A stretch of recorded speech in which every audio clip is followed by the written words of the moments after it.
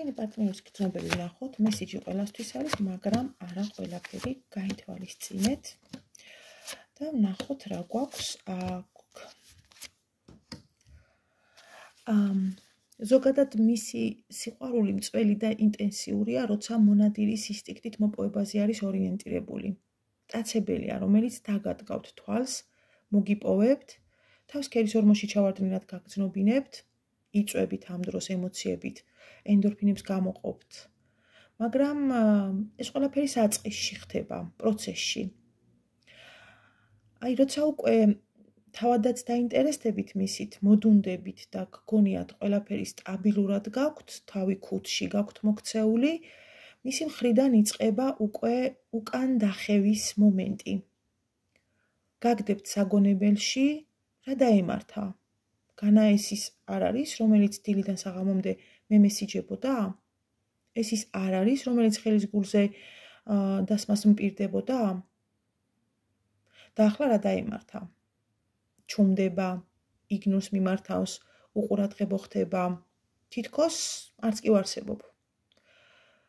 იცით რა, ნურც ეცდებით იმის გაგებას, რა დგას ყველაფერი ამის უკან, რადგან მიზეზები ძალიან ბევრია და ეს დაკვირვებაც არის, შესწავლა,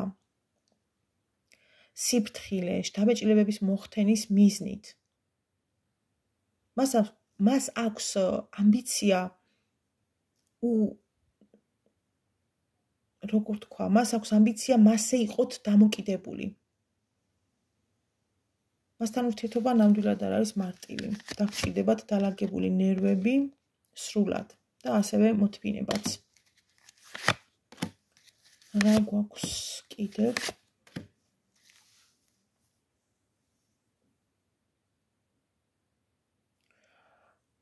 თქვენ გაქვთ უფლება გქონდეთ საკუთარი აზრი, მხოლოდ მის შემდეგ. უძლიერესი ვნება აქვს თქვენს მიმართ, იმდენად დიდი მზად არის შეიცნოს ყველა მილიმეტრი თუ სანტიმეტრი თქვენი სხეულისა და სულიც ამოგგლიჯოთ ბარემ. სხვათა შორის მარტოობაშიც შესანიშნავად გრძნობს თავს, ამიტომ ხშირად გაგირბით კიდეც. თუმცა ეს არ ნიშნავს იმას, რომ მისთვის არაფერს წარმოადგენთ, პირიქით იმაზე ძვირფასი ხართ, ვიდრე გგონიათ, გეუბნებათ ან გაჩვენებთ. ეს არ არის სიყვარული, მაგრამ არის ძლიერი მიზიდულობა, კავშირი, რომელიც ციკლური ურთიერთობის მდგომარეობას შექმნის. წრეზე ივლით, პერიოდულად ერთად, მერე პაუზებში. მაგნეტიზმია მისი გრძნობების სიჭარბე თქვენს მიმართ. პირადი კითხვები WhatsApp-ზე 557 16 73 53, ნუ მირეკავთ, მომწერეთ და გიპასუხებთ.